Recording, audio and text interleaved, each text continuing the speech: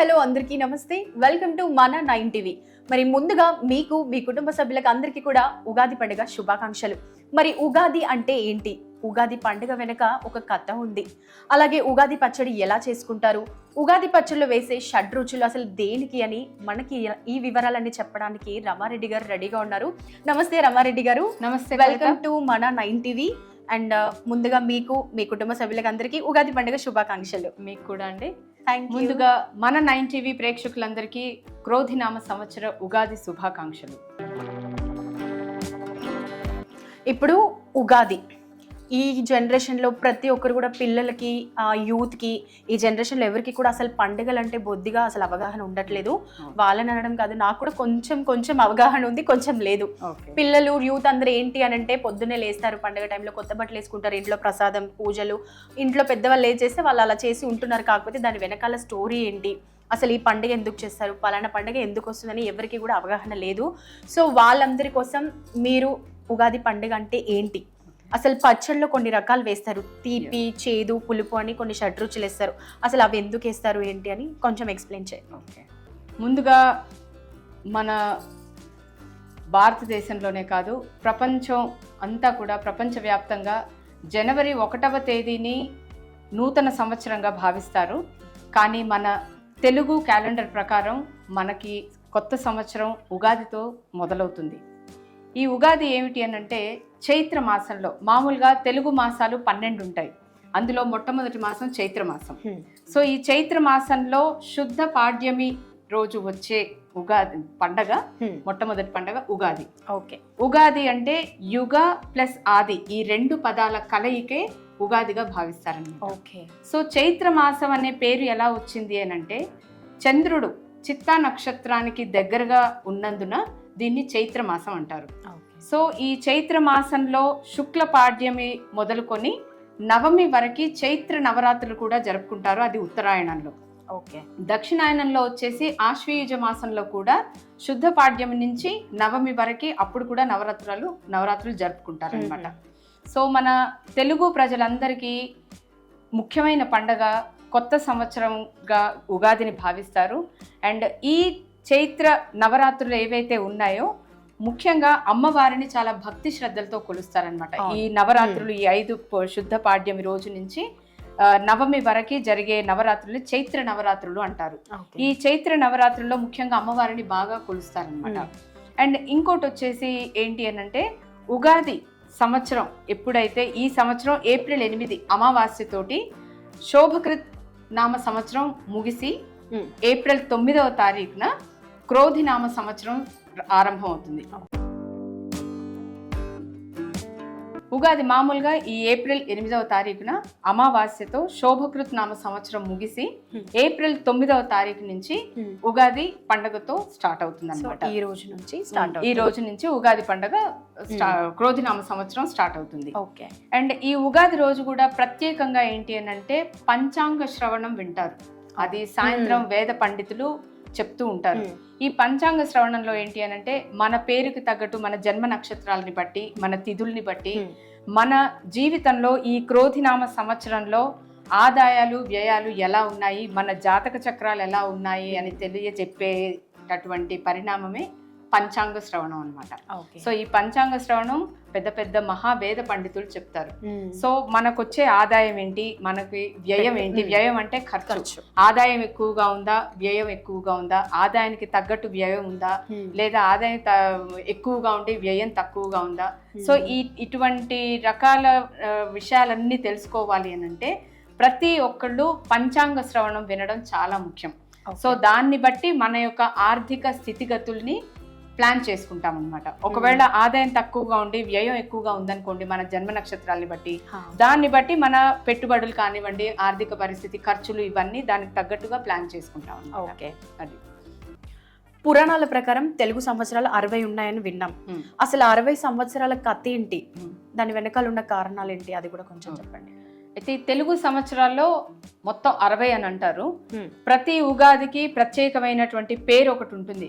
శోభకృత్ నామ సంవత్సరం అని, క్రోధి నామ సంవత్సరం అని. సో ఈ సంవత్సరాలన్నీ ఈ 60 సంవత్సరాల్లో భాగమే.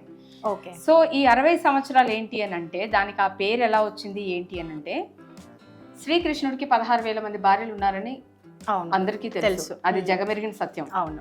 సో ఆ 16,000 మందిలో సందీపని అనే శ్రీకృష్ణుడి భార్యకి 60 మంది పిల్లలు పుట్టారనమాట. ఓ, సో ఆ 60 మంది పిల్లలకి ఈ 60 సంవత్సరాల తెలుగు సంవత్సరాల పేర్లు పెట్టుకుంటూ వచ్చారు. ఓకే. అలాగే నారదుడి సంతానం కూడా ఈ సంవత్సరాల పేర్లతోటే మొదలవుతాయి. ఇంకొకటి చాలా మందికి తెలియని విషయం ఏంటి అని అంటే, పురాణాల ప్రకారం దక్ష ప్రజాపతి కుమార్తెల పేర్లు కూడా ఈ సంవత్సరాల తెలుగు సంవత్సరాల పేర్లతో ముడిపడి ఉన్నాయి. ఓకే. సో అందుకు ఇన్ని తెలుగు సంవత్సరాలు 60 సంవత్సరాలు అంటారు. ఒక్కొక్క సంవత్సరం ఒక్కొక్క ఉగాదికి ఒక్కొక్క కొత్త సంవత్సరంగా పేరుగాంచబడింది అనమాట.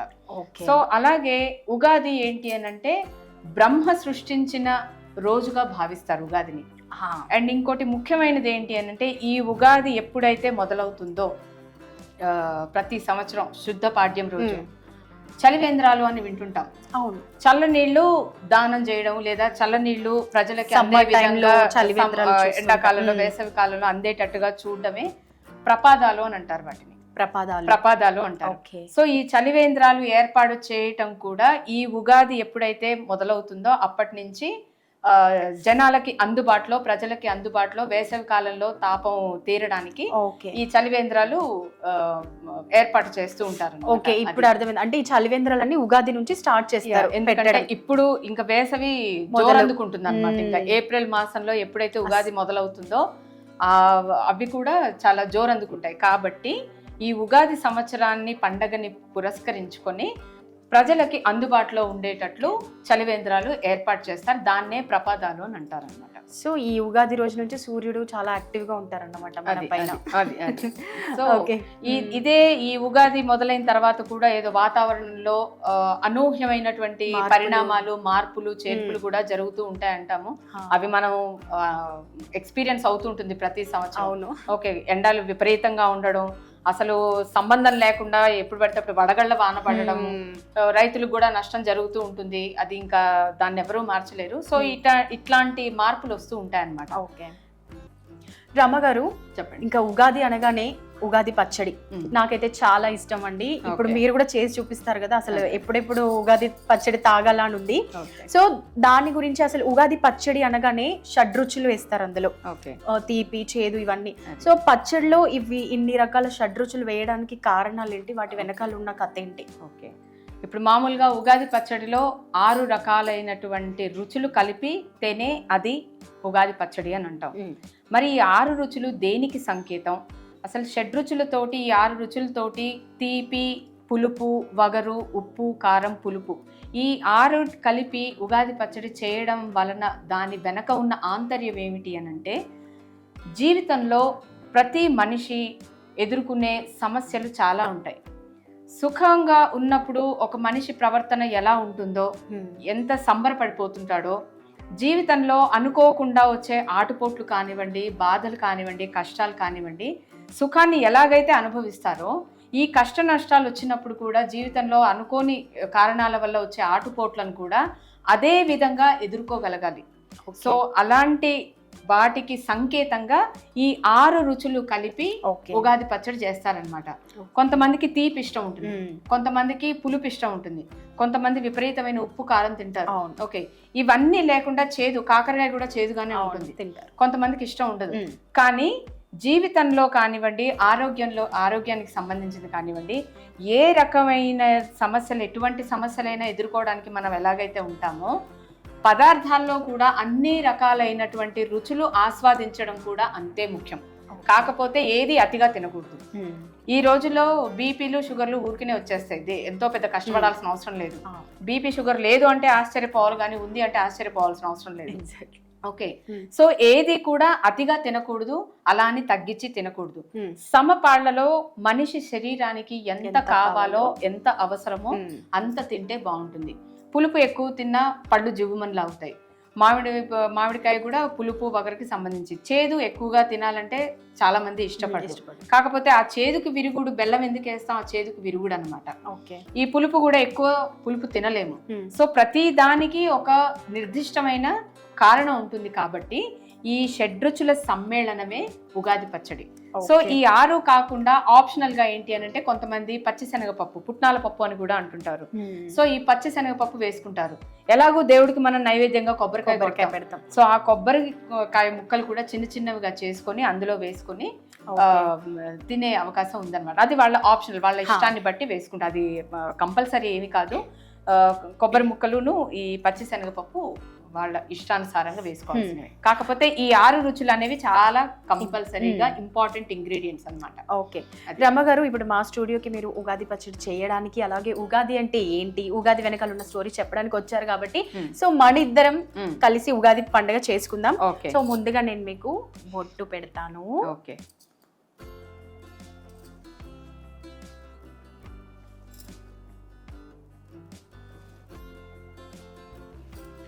సో మేము కూడా ఉగాది పండుగ చేసుకుంటున్నాం, మీరు కూడా ఇలాగే చేసుకోండి, సెలబ్రేట్ చేసుకోవాలి. హ్యాపీ ఉగాది రమ గారు. Thank you. ఉగాది క్రోధినామ సంవత్సర ఉగాది శుభాకాంక్షలు కవిత గారు. Thank you. ఎప్పుడైనా ఉగాది శుభాకాంక్షలు అని చెప్పకుండా తెలుగు సంవత్సరాల గురించి మనం మాట్లాడుకున్నాం కాబట్టి ఈ తెలుగు సంవత్సరానికి, ఈ ఉగాదికి ఏమిటా పేరు అనేది కూడా మెన్షన్ చేయడం తెలవని వాళ్ళకు కూడా తెలిసిపోతుంది అనమాట. సో క్రోధి అంటే ఏమంటారు? క్రోధి అంటే మామూలుగా కోపం అన్నమాట. ఓ, సో జాగ్రత్తగా ఉండాలని సంకేతం అన్నమాట. క్రోధి ఇప్పుడు మనకి క్రోధి నామ సంవత్సరం అంటే ఈ ఇయర్ అందరు కోపంగా ఉంటారా ఏంటి? అలా అనేం కాదు. దాన్ని కూడా కంట్రోల్ చేసుకొని, ఒకవేళ వచ్చినా కూడా కంట్రోల్ చేసుకొని ఎలా కంట్రోల్ చేసుకోవాలి అనేది కూడా మన చేతుల్లోనే ఉంటుంది కాబట్టి సమయానుసారంగా మసలుకోవాలని ప్రేక్షకులందరికీ విన్నపం. ఓకే. సో నవరసాలు అంటుంటాం కదా మనిషికి. సో నవరసాల్లో ఈ కోపం, కామం, క్రోధం, మద, మాత్సర్యాలు ఇవన్నీ ఉంటాయన్నమాట. ఓకే. సో అవన్నీ ఎంత వీలుగా ఉంటే అంత కంట్రోల్లో పెట్టుకుంటే సమస్త జనం అందరూ సుఖంగా ఉంటారు, ఆరోగ్యంగా ఉంటారు, బాగుంటారు. ఇప్పుడు మరి ఉగాది పచ్చడి స్టార్ట్ చేసేద్దాం. నాకైతే ఎప్పుడెప్పుడు స్టార్ట్ చేస్తామా, ఎప్పుడెప్పుడు పచ్చడి తాగాలన్నది. మీకు కూడా చాలా మంది ఉగాది పచ్చడి అంటే చాలా ఇష్టం కదా. సో మా స్టైల్లో మేము చేసి చూపిస్తాము, మీరు కూడా చేసి ఉగాది బాగా ఎంజాయ్ చేయండి. సో స్టార్ట్ చేద్దామా రమ గారు? చేద్దాం.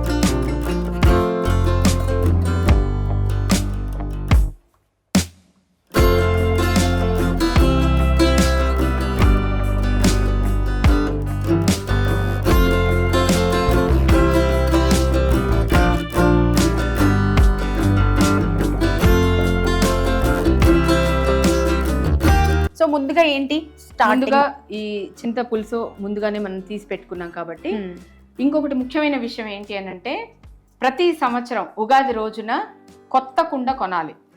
ఈ ఉగాది పచ్చడి కొత్త దాంట్లోనే చెయ్యాలి. కొత్త కుండలో మళ్ళీ దానికి ఒక మూత కొనాలి, గురిగా అంటాం చిన్న కుండ, అది కూడా కొనుక్కోవాలన్నమాట. సో కొత్త కుండ కొనకుండా, దానికి తోరణం కట్టకుండా, కంకణం కట్టకుండా ఉగాది పచ్చడి చేయకూడదు. సో కొత్త కుండను మనం యూజ్ చేస్తున్నాం కాబట్టి ఫస్ట్ బొట్టుతోటి, పూలు, తోరణాలతోటి ముందుగా కుండను అలంకరించుకోవాలి. సో ఇప్పుడు మనం ముందుగానే తయారు చేసి పెట్టుకున్నామండి మేము ఇక్కడ చింతపండు పులుసు ఈ కుండలో వేసేద్దాం. ఆ తర్వాత ఫస్ట్ తీపితో స్టార్ట్ చేద్దాం. బెల్లం వేయాలి, ఆ తర్వాత వేప పూత చేదుకి నిదర్శనం, ఆ తర్వాత పులుపు, వగరు, మామిడికాయ ముక్కలు, ఆ తర్వాత రుచికి సరిపడా ఉప్పు, ఆ తర్వాత కారం. ఆప్షనల్ గా నేను ఇది ఇందాక optional. చెప్పినట్టు పచ్చి శనగపప్పును కూడా వేసుకోవచ్చు. అలాగే ఎలాగూ నైవేద్యానికి మనం కొబ్బరికాయ కొడతాం కాబట్టి ఆ కొబ్బరి ముక్కల్ని కూడా చిన్న చిన్నగా కట్ చేసుకొని వేసుకోవచ్చు. మీ ఇష్టం ఉంటే వేసుకోవచ్చు, లేదు అని అంటే పర్వాలేదు. మామూలుగా మన తెలుగు సంవత్సరం, మన తెలుగు ప్రజలందరికీ ఉగాదితోనే కొత్త సంవత్సరం మొదలవుతుంది. అలాగే దీన్ని మహారాష్ట్రలో గుడి పడవాగా జరుపుకుంటారనమాట. అలా ఒక్కొక్క ప్రాంతానికి ఒక్కొక్క పేరు ఉంటుంది. పంజాబీ వాళ్ళేమో వైశాఖి అంటారు. అలా ప్రాంతాన్ని బట్టి ఉగాది సంవత్సరం వాళ్ళు కూడా జరుపుకుంటూ ఉంటారు. ఈ ఉగాది పచ్చడి ఏదైతే ఉందో చేసుకున్నాం కదండి, అందులో మీకు ఏమైనా కొంచెం ఎక్కువ తక్కువ అనిపిస్తే కొన్ని వాటర్ కూడా యాడ్ చేసుకోవచ్చు మీ ఇష్టానుసారంగా, రుచికి తగ్గట్టుగా. ఈ ఉగాది పచ్చడి ఒక్కటే కాదు, మామూలుగా పండగలు అనగానే వివిధ రకాలైనటువంటి పిండి వంటలు చేసుకుంటాం. రమ గారు చెప్పండి. ఒక్క నిమిషం అండి. ఉగాది రోజు ఉగాది పచ్చడితో పాటు ఇంకొక ఐటమ్ కూడా చేస్తారు. అది కూడా నాకు చాలా చాలా ఇష్టం.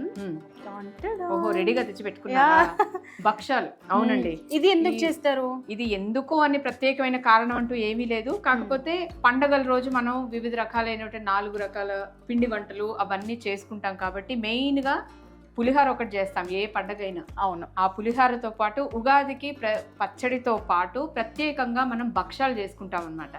ఈ భక్షాలు కూడా మీకు అందరికీ ఎలా చేస్తారో తెలిసే ఉంటుంది. శనగపప్పు ఉడకబెట్టుకోవాలి. అది ఎక్కువగా పల్చగా కావద్దు. ఎందుకు అనంటే చపాతీ పిండి కలిపి అది ముద్దగా చేసి దాంట్లో బెల్లం కూడా కలుపుతాం కాబట్టి బెల్లంలో నీరు ఉంటుంది. సో ఇది యాడ్ అయ్యి అది పల్చగా అయ్యే అవకాశం ఉంది కాబట్టి గట్టిగా ఉడకపెట్టుకొని దాంట్లో బెల్లం యాడ్ చేసుకొని, ఇష్టం ఉన్న వాళ్ళు ఏంటంటే గోధుమ పిండి వాడుకుంటారు, కొంతమంది మైదా పిండి కూడా వాడుకుంటారు. వీటిని పోలెలు అని కూడా అంటారు, భక్షాలు అంటారు, బొబ్బట్లు అని అంటారు. అంటే ఏ ప్రాంతానికి తగ్గట్టు ఆ ప్రాంతం వాళ్ళు పిలుచుకుంటుంటారు అనమాట.